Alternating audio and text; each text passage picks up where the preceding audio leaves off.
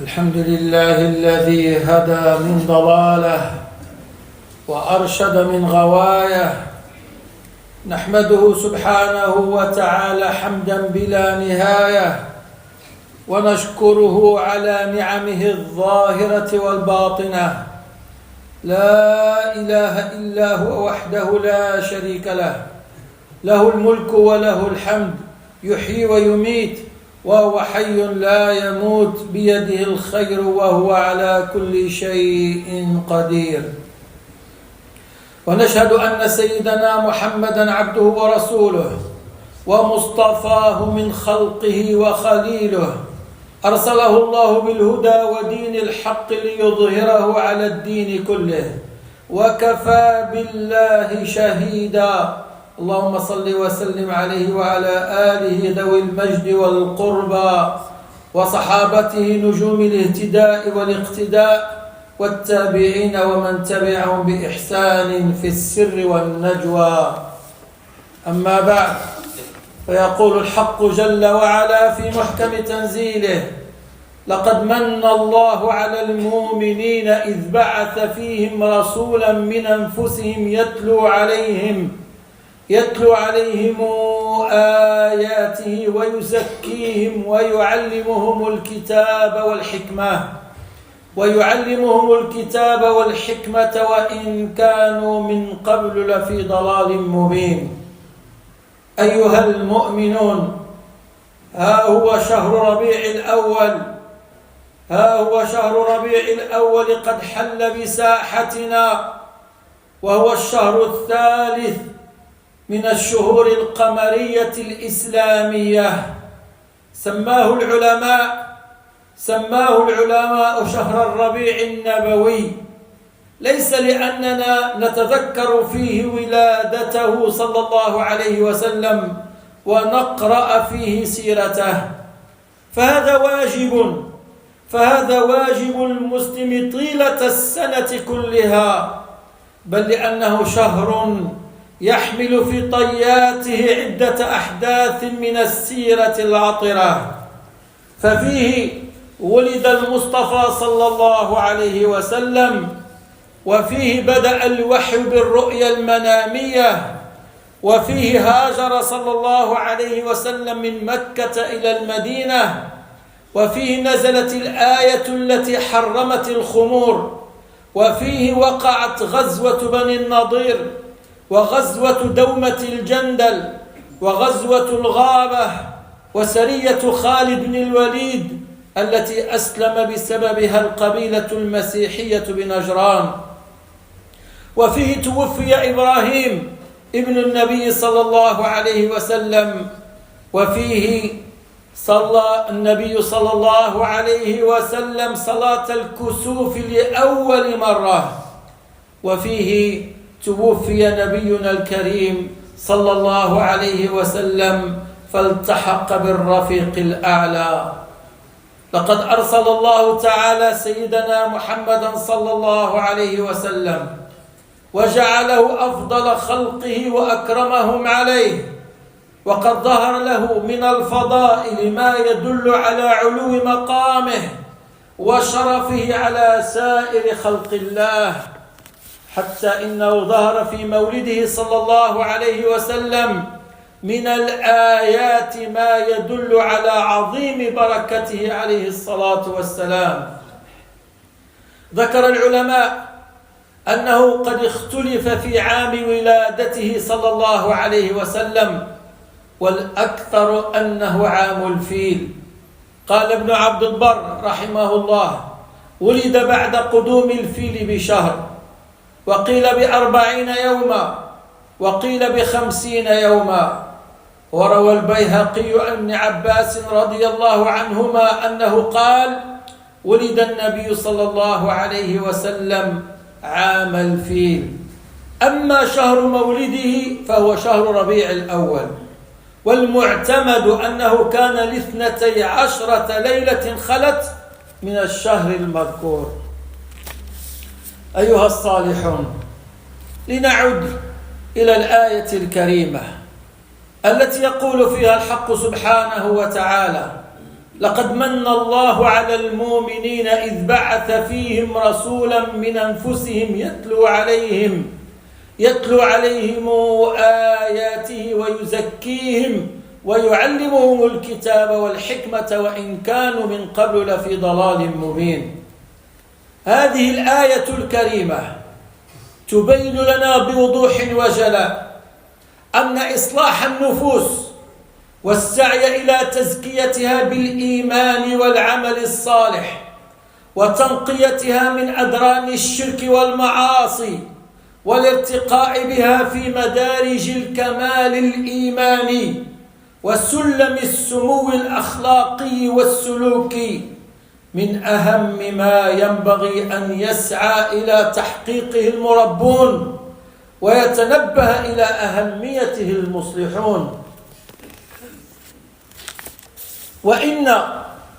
وإن نظرة خاطفة متعمقة لحال المسلمين اليوم يمكن من خلالها إدراك مدى الحاجة العظيمة والماسة إلى إعادة تربية وتزكية وبناء أنفسنا وتأسيسها على تقوى من الله ورضوان، وأن الحاجة إلى ذلك أصبحت وهي دوما أشد من الحاجة إلى الطعام والشراب والكساء، وذلك لعدة أسباب.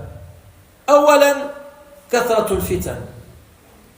نعم، كثرة الفتن والمغريات وأصناف الشهوات. كثرة الفتن والمغريات وأصناف الشهوات والشبهات.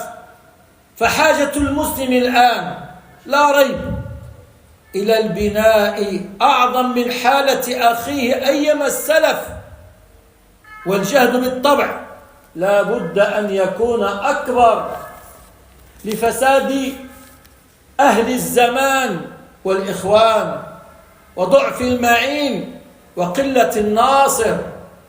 ثانيا لكثرة حوادث النكوص على الأعقاب والانتكاس والارتكاس حتى بين بعض العاملين للإسلام، مما يحملنا على الخوف من أمثال تلك المصائر. ثالثا لأن المسؤولية ذاتية ولأن التبعة فردية، والإنسان يحاسب عن نفسه لا عن غيره إلا من كان تحت وصايته، فلا بد من جواب واستعداد لأي شيء. ليوم تأتي كل نفس تجادل عن نفسها. جلس الله يجازيك بخير. جلس ما كاينش تحت المزغي. جلس.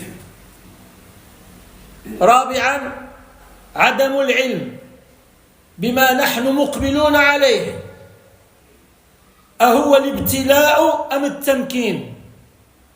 وفي كلا الحالين نحن في أمس الحاجة إلى بناء أنفسنا لتثبت في الحالين.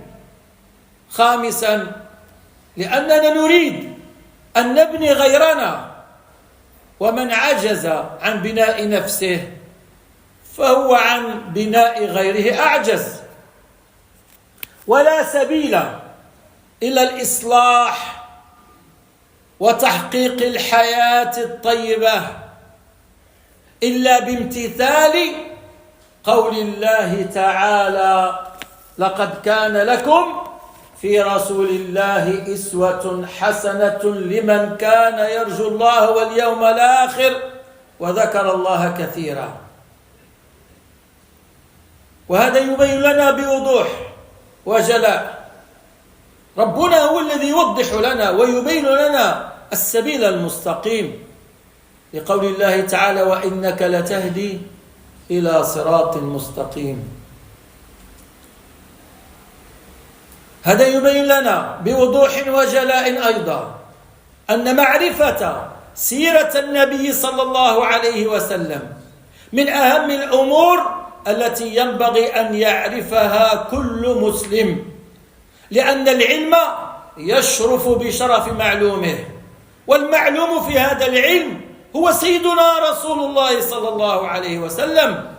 ولا شك أن السيرة تعنينا نحن أمة محمد صلى الله عليه وسلم عناية خاصة، فهو رسولنا ونحن أمته، وهو خاتم الرسل، ولا ننتظر رسولا بعده أبدا، فهو خاتم الأنبياء والرسل.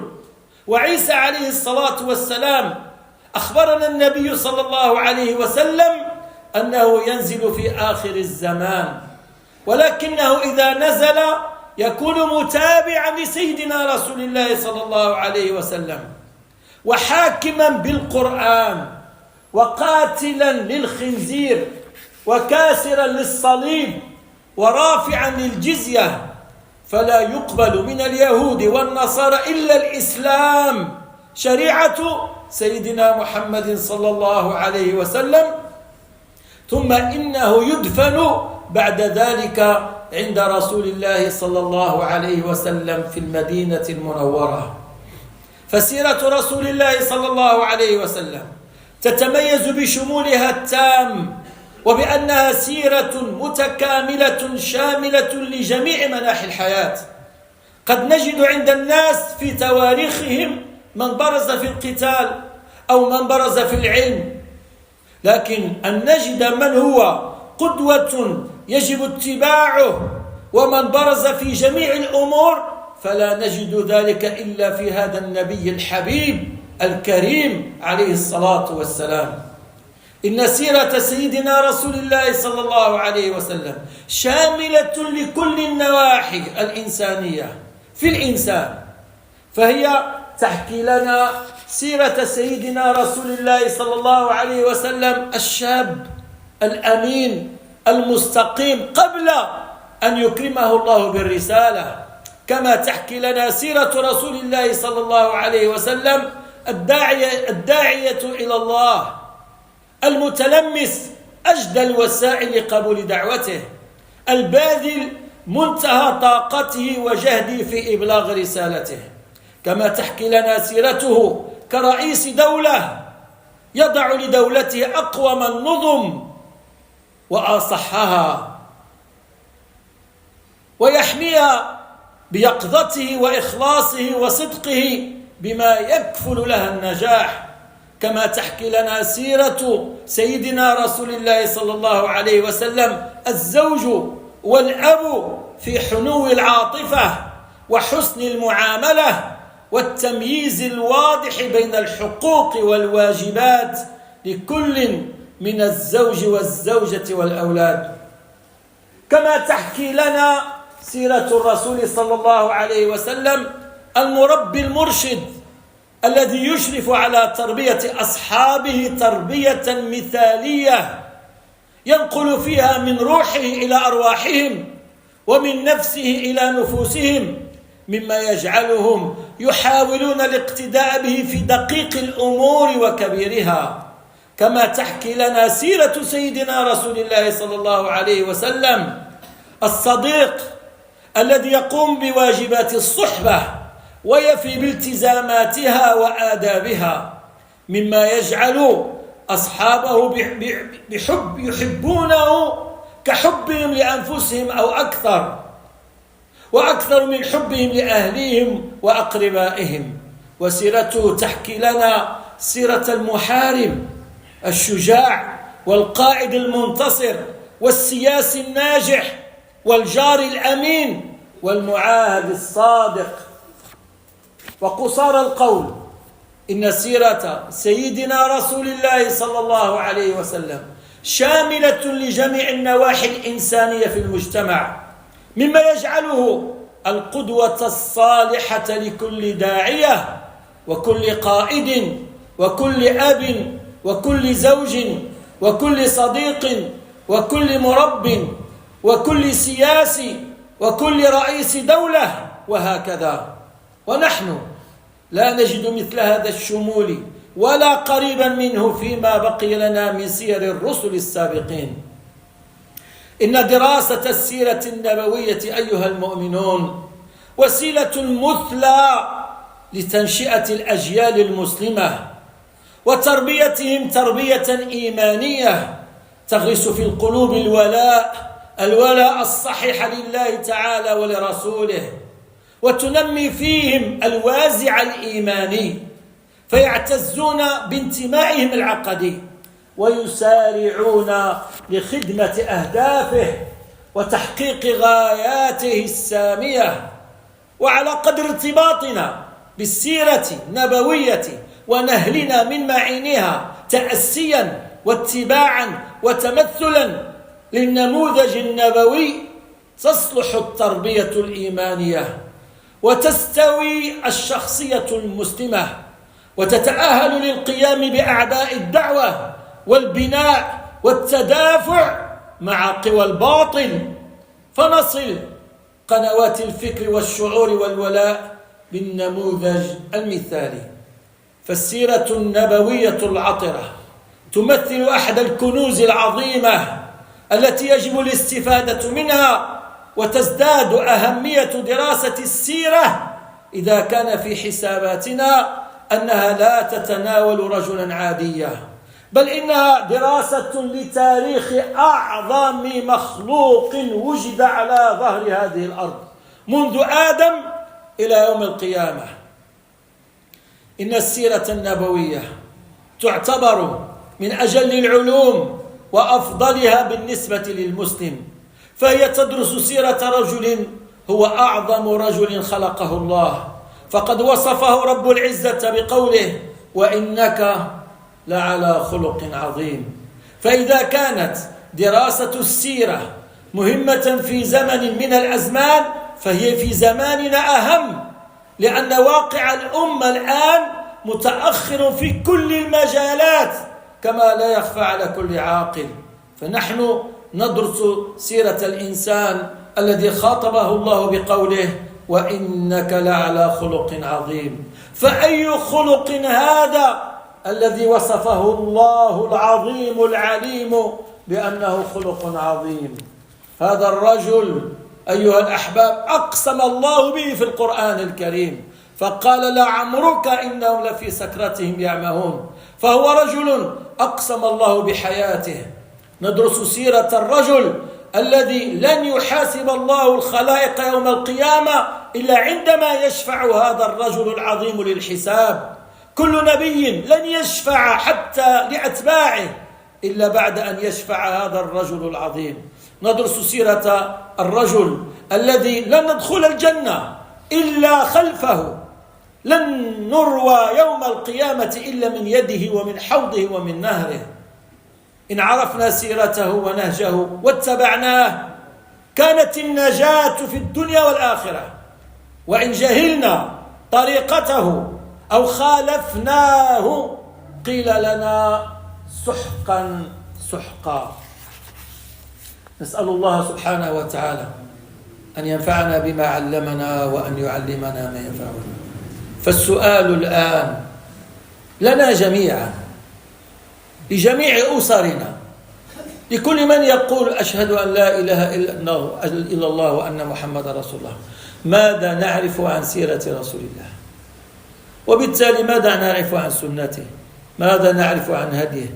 ماذا نعرف عن شمائله؟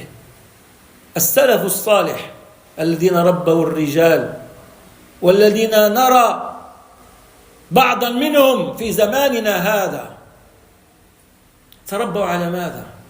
تربوا على سيرة رسول الله صلى الله عليه وسلم. فقد كان السلف الصالح يحفظون أبناءهم سيرة رسول الله كما يحفظونهم السورة من القرآن.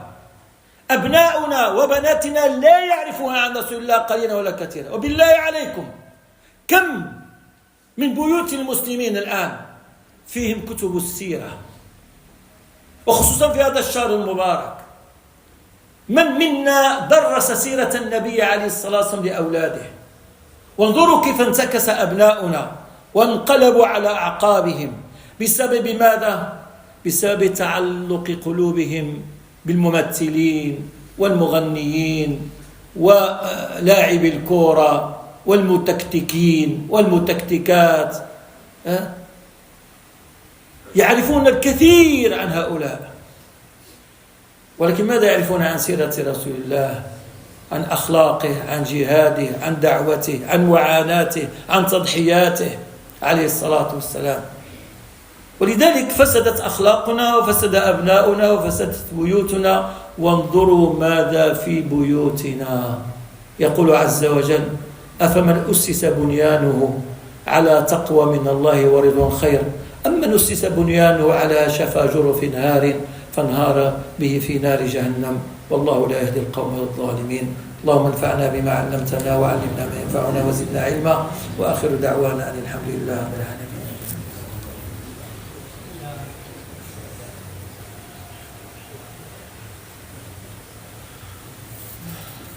الحمد لله رب العالمين، والعاقبة للمتقين ولا عدوان إلا على الظالمين، والصلاة والسلام الأتمان الأكملان على سيد الخلق أجمعين وعلى آله وصحابته أجمعين. يقول ربنا الكريم سبحانه وتعالى: لقد كان لكم في رسول الله أسوة حسنة لمن كان يرجو الله واليوم الآخر، فمن كان يرجو لقاء ربه فليعمل عملا صالحا ولا يشرك به. وليس هناك عمل صالح أعظم من أن تتأسى بالنبي عليه الصلاة والسلام. وهنا يتجلى صدق حبك لرسول الله أيها الصالحون، ليكن في علم الجميع، في علم جميع المسلمين والمسلمات، أن من حقوق سيدنا رسول الله صلى الله عليه وسلم علينا، من حقه علينا أن نقرأ سيرته وأن نقرئها أبناءنا وبناتنا، وأن نتدبر حياته ونستمع إلى أخباره، فإنه صلى الله عليه وسلم الأسوة والقدوة لنا في أمورنا كلها. اقرأوا عن حياته ومعاملاته وعباداته وغزواته وهديه مع أهله وطريقته مع أصحابه وسلوكه مع أعدائه، وتعرفوا عن حياته اليومية، كيف كان يأكل وكيف كان ينام وكيف كان يفعل في أموره كلها. فمن فعل ذلك فهو محب لرسول الله صلى الله عليه وسلم حقا وصدقا.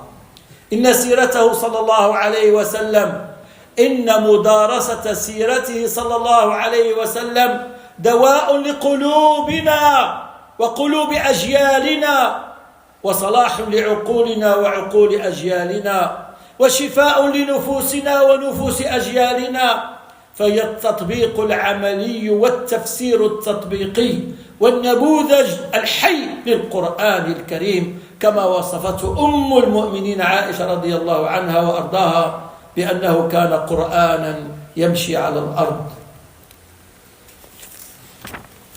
فليكن عاهدوا أنفسكم إن كنتم مسلمين حقا، مؤمنين حقا، محبين لرسول الله حقا. فليكن شعارنا أيها المؤمنون في هذا الشهر المبارك قراءة ومطالعة سيرة النبي صلى الله عليه وسلم، نعرف من هو رسول الله صلى الله عليه وسلم.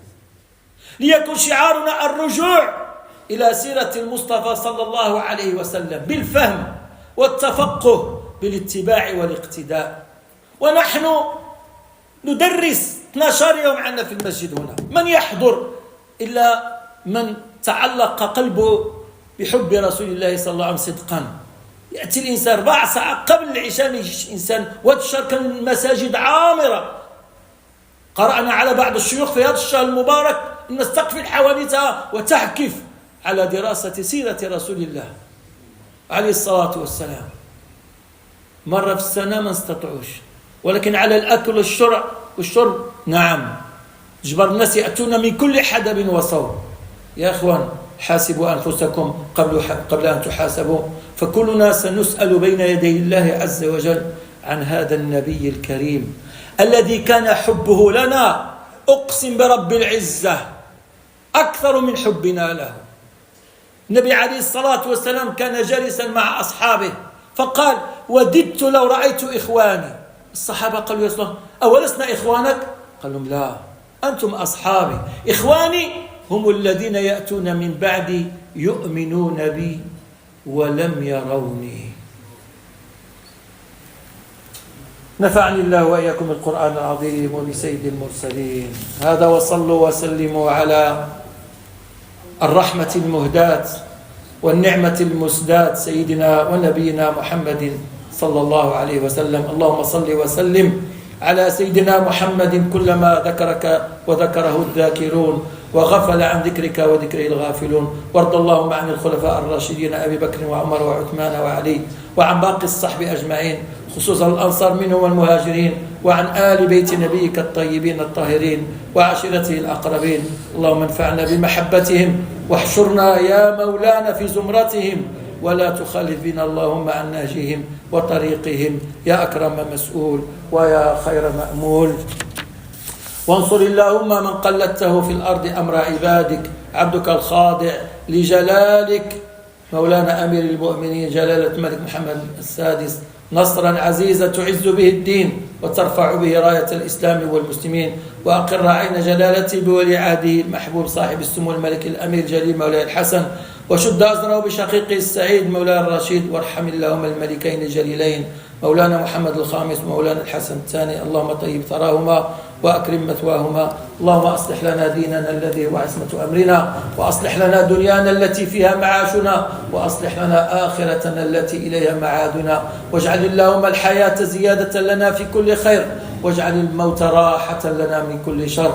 اللهم ألف بين قلوبنا وأصلح ذات بيننا واهدنا سبل السلام ونجنا من الظلمات إلى النور وجنبنا الفواحش ما ظهر منها وما بطن. وبارك لنا في أسماعنا وأبصارنا وقلوبنا وأزواجنا وذرياتنا وتب علينا إنك أنت التواب الرحيم. اللهم اجبر كسرنا وارحم ضعفنا وتولى أمرنا واختم بالباقيات الصالحات أعمالنا. اللهم اشف مرضانا ومرضى المسلمين وارحم موتانا وموتى المسلمين. اللهم اغفر لهم وارحمهم وعافهم واعف عنهم. اللهم أكرم نزلهم ووسع مدخلهم. وانصر اللهم عبادك المجاهدين في فلسطين. اللهم انصرهم ولا تنصر عليهم. اللهم ثبت أقدامهم وقو عزائمهم ووحد صفوفهم وسدد رميتهم. اللهم اشف مرضاهم واكس عاريهم واحمل حافيهم وأطعم جائعهم. اللهم أفرغ عليهم صبر من عندك وثبت أقدامهم وانصرهم على من عاداك وعاداهم. ربنا آتنا في الدنيا حسنة وفي الآخرة حسنة وقنا عذاب النار. وصل اللهم وسلم وبارك على نبينا محمد وعلى آله وصحبه أجمعين.